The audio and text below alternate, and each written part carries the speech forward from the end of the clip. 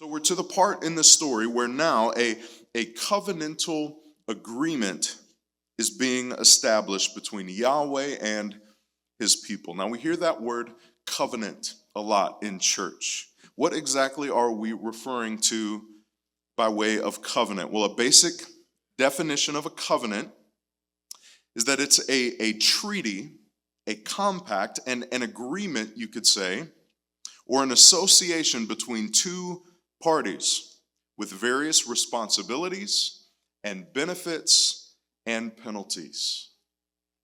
When we consider it historically, the concept of a covenant relationship, was not something unique to Scripture or to Israel.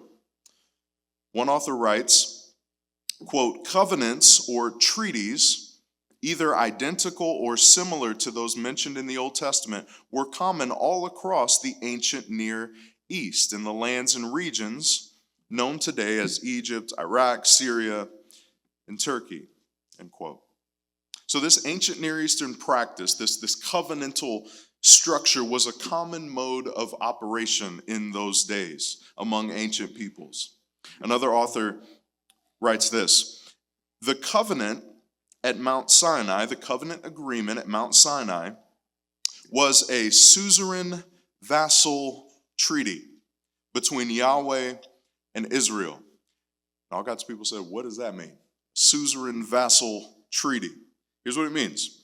A suzerain vassal treaty was an arrangement between a greater and a lesser party.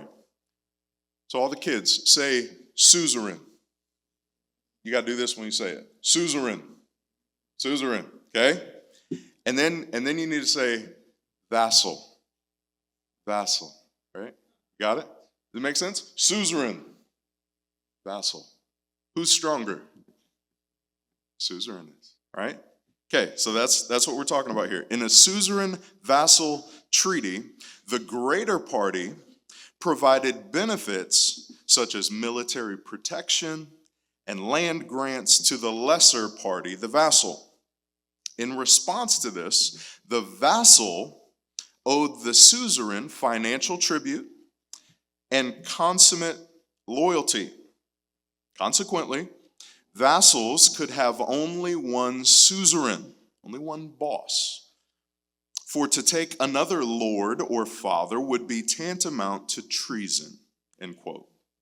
So in other words, the more powerful king, the suzerain, conquers your land, okay? And you can't do much but surrender at that point when that happens. He's more powerful than you are. He could take your life at that point.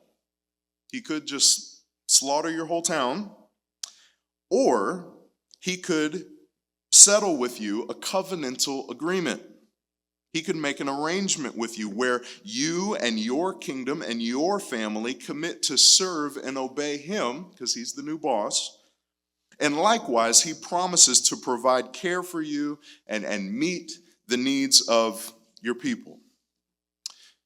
This was ancient Near Eastern practice, a covenantal agreement. So what's happening at this point in the story of Exodus? Well, we've learned up to this point that Yahweh is the King of all kings and the God of all gods. He's a suzerain if we've ever seen one, right? God demonstrated this by rescuing Israel from Egypt, revealing his dominance and authority. And now God is going to take the next 48 chapters of the Bible to explain the terms and the conditions of this new covenant agreement with Israel. I say 48 chapters. I thought Exodus was only 40. It is, but I'm including Leviticus too, because Leviticus happens there at Mount Sinai. Divine instruction from God for Israel. The point for us is we can all get cozy and settle in at Mount Sinai here, because we're going to be here for a little while. Slavery in Egypt is a thing of the past. There's a new king in town, and we're under new management, you might say. God himself is about to teach us exactly what it looks like to belong to him in covenant relationship. He's going to teach us the new terms of how things are going to go in this covenant relationship. And it all begins with his grace and his mercy toward Israel.